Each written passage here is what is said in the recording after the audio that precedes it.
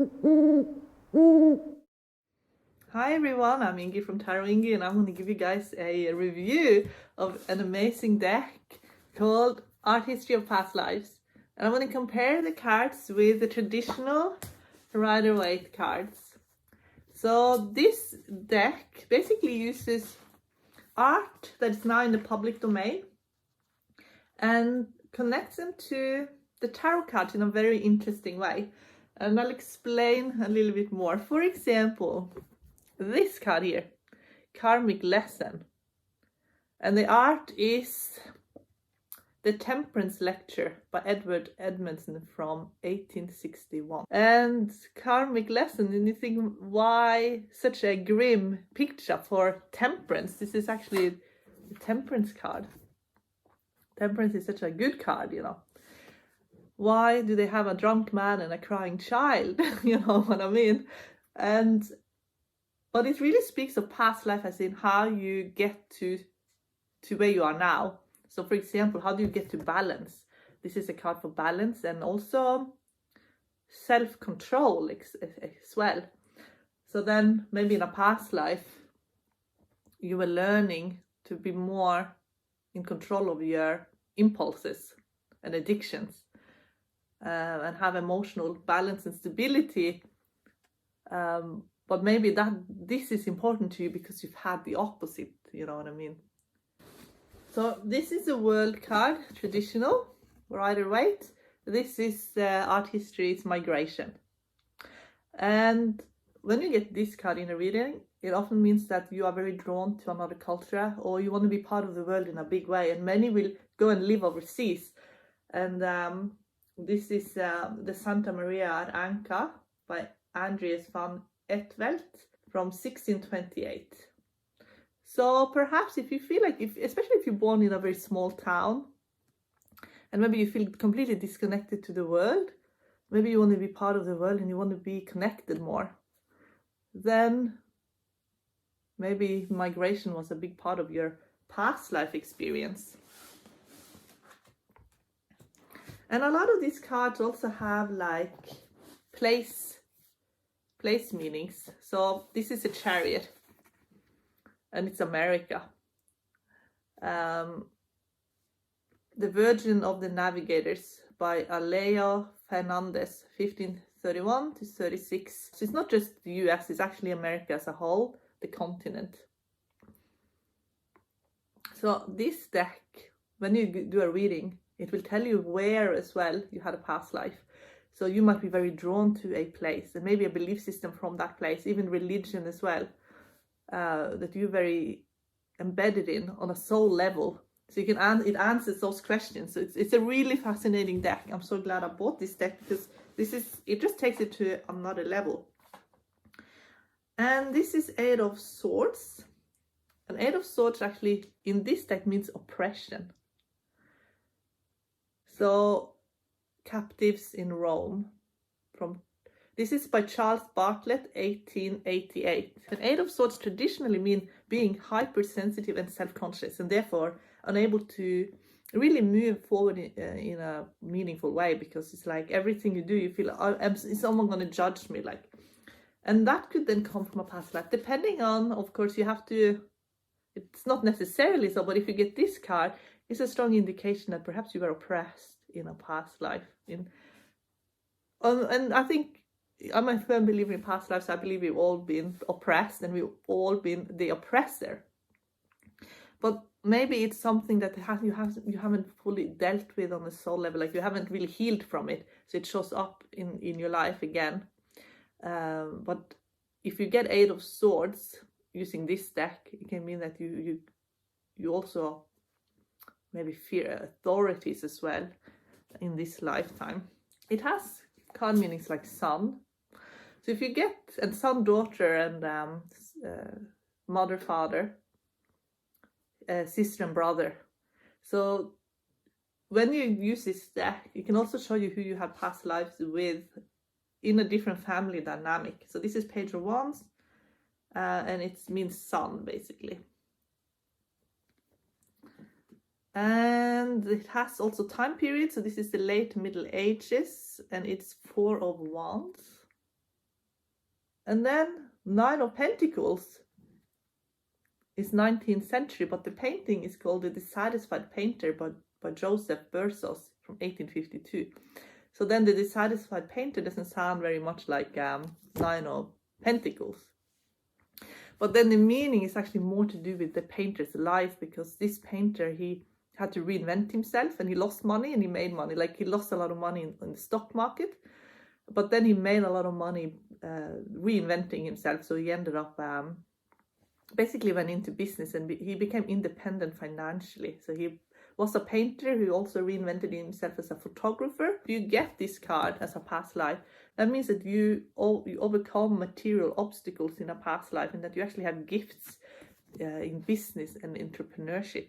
And some of them are very kind of very true to the meaning of the card. For example, violence is Five of Swords. So Five of Swords is a card that speaks of violence. It can be also bullying.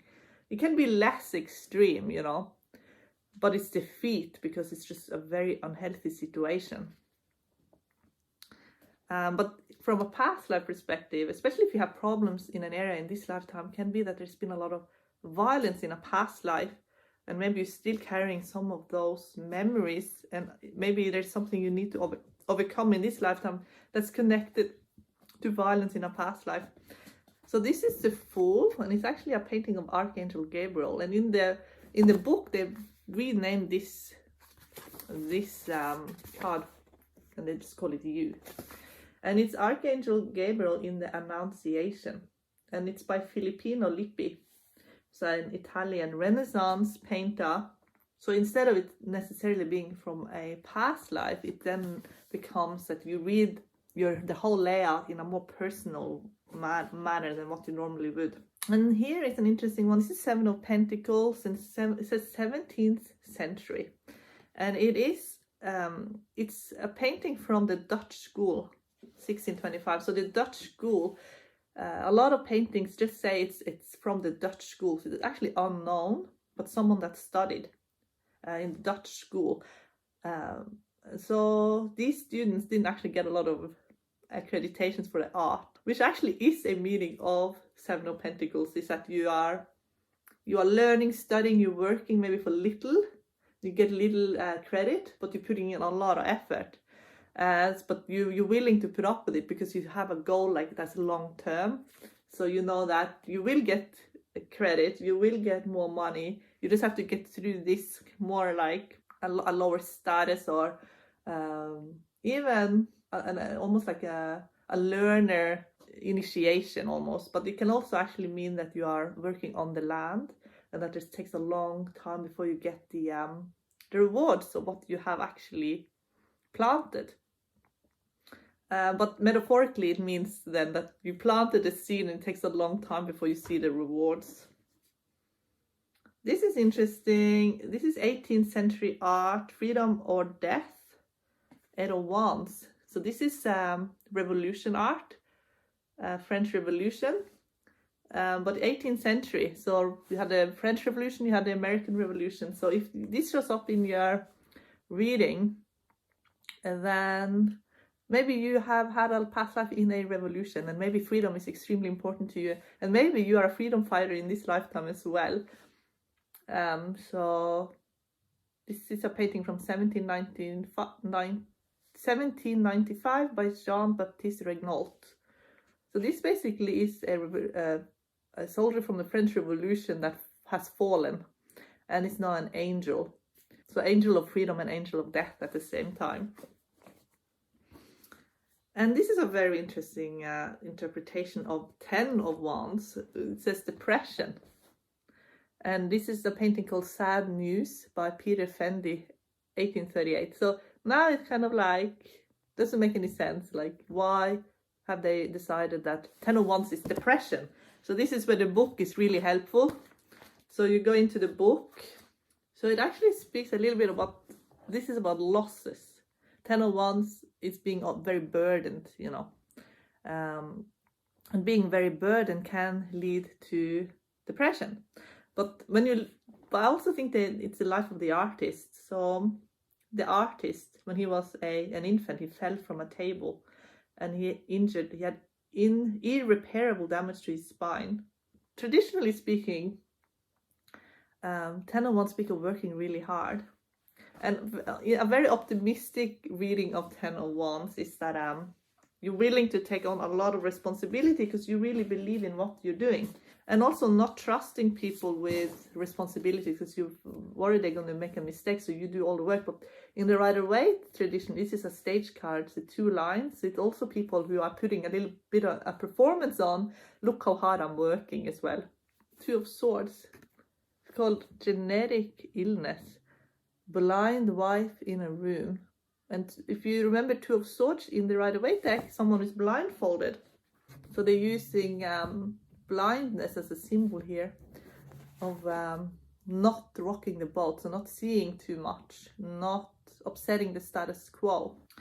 4 of Swords, chronic illness, so it's different again. And this is actually a portrait of Emma Maddox Brown, who had tuberculosis, and she lived with that for 20 years, having a normal life with tuberculosis. So I think that's really interesting. But she lived a full life, maybe not a completely normal life, but she had children, she married. This is 3 of Pentacles, and it's completely different from Rider-Waite 3 of Pentacles. It's old age. So I couldn't understand why they said old age, but basically it means that you have, in a past life, you completed all of your lessons. So you live to old age. You completed all of your lessons. You were not interrupted. Knight of Pentacles means true friend. So that speaks of the reliability in Knight of Pentacles. It's someone reliable. 6 of Swords, drowning. So for people who are very scared of drowning, perhaps you experienced drowning in a past life. The Tower is plague. And Saint Sebastian interceding for the plague stricken. So that's actually a saint that you can pray to, that is believed to protect you against plague. This is art by José Lifterings, 1497 to 99. And that's the Tower. So 9 of Wands is interesting. It's a prison. So I usually see the 8 of Swords more like a prison card, but here it is actually 9 of Wands. Marguerite in Prison by Johan Grund, 1850. It actually represents Queen Margaret of France, who was imprisoned by making enemies with her husband, King Henry IV of France. She was wrongly slandered and had a reputation for being nymphomaniac, as well as bearing charges of incest with her brother, King Henry III. So maybe you are overly defensive in this lifetime because you were wrongly imprisoned in a past life. This is a very interesting one, the Hanged Man. It actually says premature death. So completely different from traditional Hanged Man. So this is Jeanne d'Arc at the stake. So maybe you have been a martyr in a past life. And maybe also you feel like you're going to run out of time in this lifetime. You're afraid that you're not going to be able to finish your life purpose. Maybe you have a hard time even starting on something because you feel like you're not going to be able to complete it. It could be from a past life where you had a premature death. King Henry VIII is philandering man. I think I would have chosen a different king for King of Wands, because King of Wands, I think, is someone who's very charismatic, and I don't necessarily think that this is, King Henry VIII is someone who I would say is a charismatic man. But from a past life, when you're reading from a past life perspective, maybe if this showing up, maybe you have a hard time trusting. So maybe you've been maybe you had a relationship with a philandering man, or maybe you are the philandering man, you know what I mean? So maybe you have some karma when it comes to relationships. 10 of Swords is really interesting. It says murder. This is Judith decapitating Holofernes. maybe in a past life, if you get this card, that maybe something you're going through in this lifetime is something karmically connected to a murder that happened in a past life. Okay, 7 of Cups is poison, and it's a Rembrandt painting of Judith, the same Judith who murdered Holofernes, but by doing so saved Israel. And it's a bit of a controversy who he actually painted, if it was Judith or Artemisia, the Greek naval strategist and commander of Caria, who consumed her dead husband and brother's ashes. There is some kind of connection to murder again, or that you have had that you were poisoned in some way in a past life, and maybe also you are very drawn to maybe there's been also misuse of substances as well in a past life. So have a look at how you what you're drawn to, eating, drinking, things like that. If you're into alternative medicine, or maybe there's been some health problems as well, that you have some allergies, or that there's something that you are ingesting that you shouldn't. There's some interesting cards here, that's for sure. This is Korean, it's Ace of Wands. So why do they use Ace of Wands? I can't pronounce it. Avalokitesvara. It's a Buddhist bodhisattva, and she is known to protect people from calamity and disease and offering protection to travelers. That's why they chose this, the water moon Avalokitesvara, the Buddhist Bodhisattva. Oh my god, I'm very bad at pronouncing. But yeah, so when you study what the art is about, you understand then why the meaning is, why they chose it for that particular card. 4 of Cups, apathy. That's pretty accurate, I think. That's traditional meaning of 4 of Cups. Indolence, this painting is called. And this is by Jean-Baptiste Grosset. I can't really pronounce any of these names. But his personality and style were known for pleasures of disorder. And Constance Mayer, a young female painter whom Grosset mentored, threw herself on his coffin at his funeral. So there's a lot of the emotional dissatisfaction in this card. And let's see, 8 of Cups is abandonment. It can also mean, 8 of Cups, it can mean that you're just basically abandoning something, or something is like a disappointment, so you just give up on it. Queen of Pentacles is indigenous woman. King of Pentacles is indigenous man. So it can mean that you lived a past life as an indigenous person. 5 of Pentacles is starvation from the concentration camp. This is Eric Taylor, 1945. So not for the faint-hearted. This is not a deck really for the faint-hearted. High Middle Ages, the return of the Crusader, 3 of Wands. So in the traditional Rider-Waite, it's that the ships are coming in. So here's the return of the Crusader. So it's the end of the High Middle Ages, where the Crusades were brought to an end.